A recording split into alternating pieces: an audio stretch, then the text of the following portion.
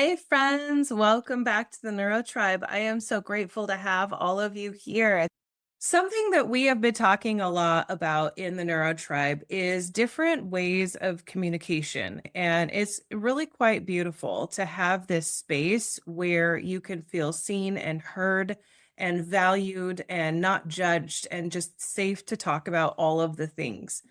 And one of the things that we've been talking about is in conversations, having that instant visceral reaction that some of us neurodivergent friends can have. And it is not something that we can control. It's almost like a bolt of lightning or an electric shock that goes through our system and the inside of our body, right through the center. And what can happen is we can get flooded with all different kinds of emotions at a very rapid pace. It could be anger, rage, frustration, excitement, confusion, all of the things. We can immediately go into that fight flight response. It can go into a complete shutdown where your brain just turns off and you cannot think or access your thoughts and be able to vocalize them.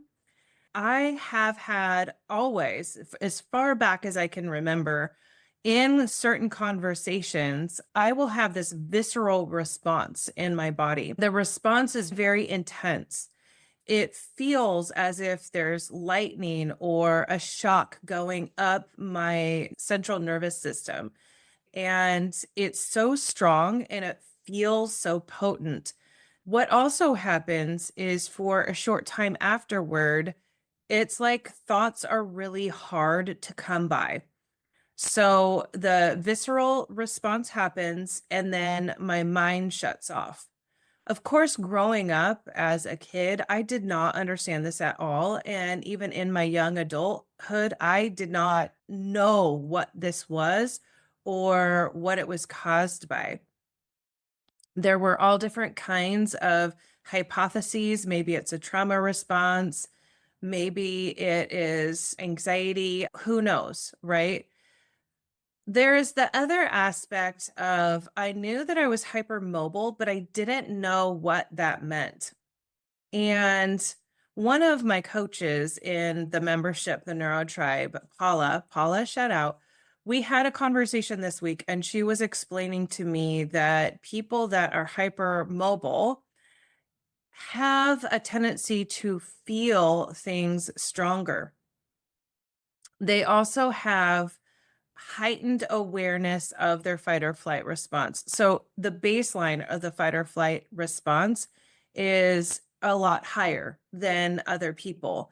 And so that experience is almost on higher alert all the time.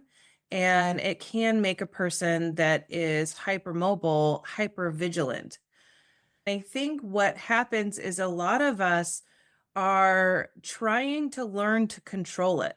And so, what if I said to you that that visceral response, that instant fire that you feel inside yourself, and it's like a light turns off and you can't quite access your thoughts fully and completely for a while. Understanding that this is part of yourself and giving this explanation that your body has this reaction, and then therefore there are times that you need time to be able to walk away from a conversation and get yourself back to parasympathetic or back to state of calm, so then you can get your brain back online. You can process what has happened in the conversation and be able to come back to the conversation and talk.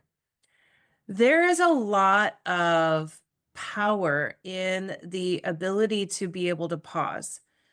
It is not avoiding a confrontation or a conversation if we need to take time to calm our bodies down and be able to process and come back and talk.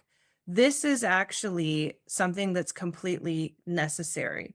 What I have seen in relationships, no matter what they look like, whatever the dynamic is, is we have one party that is having that visceral reaction and needing a moment to be able to walk away and calm their body and their mind and be able to get everything back online, thinking and processing to come back to the conversation. And we might have the person who is wanting to have the conversation right now and maybe following the other person and seeking to finish the conversation right then and there.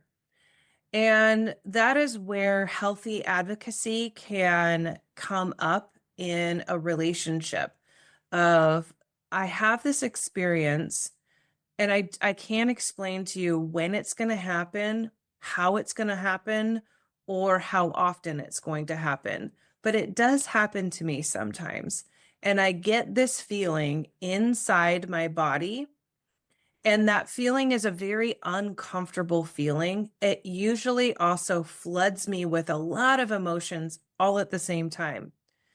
Now, this reaction is not something that I have any control over. This isn't something that you can work on to get rid of. This isn't something that you can fix, right? This is where we come to a place of being able to accept that this is how we are wired. This is how our body is responding in the moment that is maybe not in our control. One thing that we can do is we can support ourselves in the way of maybe coming up with a code word. And when we're in a conversation with someone, and of course, they know us, right? We can give them the code word of banana bread or whatever you come up with your code word. And that code word gives you the opportunity to be able to walk away from the conversation while you get your body back in a parasympathetic state or a calm state and you can get your brain back online. What's happening when you're in that fight or flight response is you're not able to access the prefrontal cortex and think logically. And so your body is naturally going to want to preserve itself by fighting, by avoiding, or by wanting to do something that brings on pleasure or kind of makes you forget how you're feeling, right?